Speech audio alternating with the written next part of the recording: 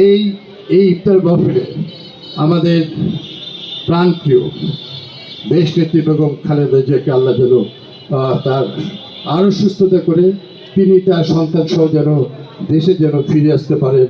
আল্লাহর বান্দার আমার দেশের প্রজার ঘুমের আঘাত হতে পারে। ঘুমের ময়দানে আল্লাহ তাআলা প্রশ্ন করে, তুমি দেশের নায়ক, দেশের প্রধান ছিলে, আর তুমি গভীর রাত্রে হাঁটার সময় সামনে জবাবদাহি করতে পারবো না। এই জন্য আমি খালি পায়ে আস্তে আস্তে হাঁটতে। অনেক বান্দাকে জান্নাতের দরজা দিয়ে ডাকা হবে। আমার জান্নাত দিয়ে আমার দরজা দিয়ে আপনি আসেন, আমার দরজা দিয়ে আসেন, কিন্তু আবু বকর 7টা দরজা দিয়ে ডাকা হবে, আমার দিকে আসেন, আমার দিকে আসেন, আমার দিকে আসেন।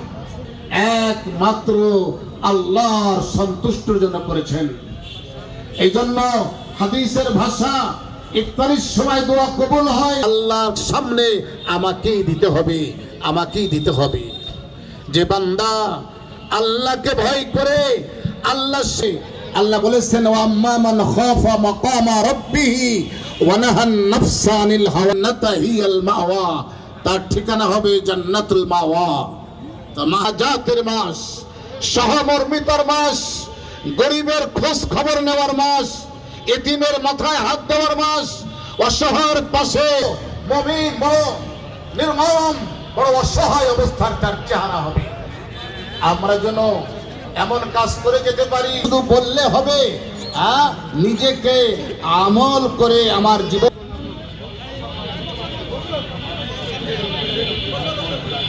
আমাদের যারা আছে, সামনে যারা আছে, এর শতকরা 90% কারাগারে এবং জেলের আসামি মিথ্যা মামলায়। সেই কারাবরণ করে আমাদের 200 জন নেতাকর্মী তারা গুম হয়ে গেছে।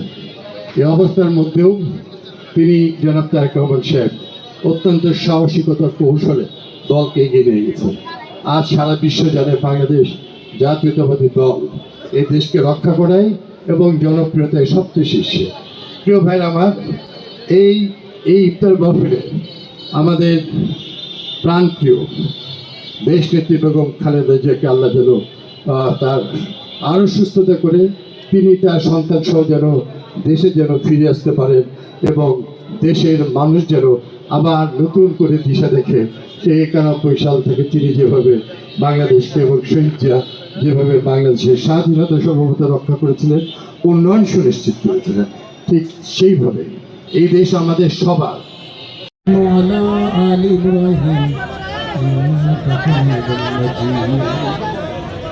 আল্লাহুম্মা আমিন।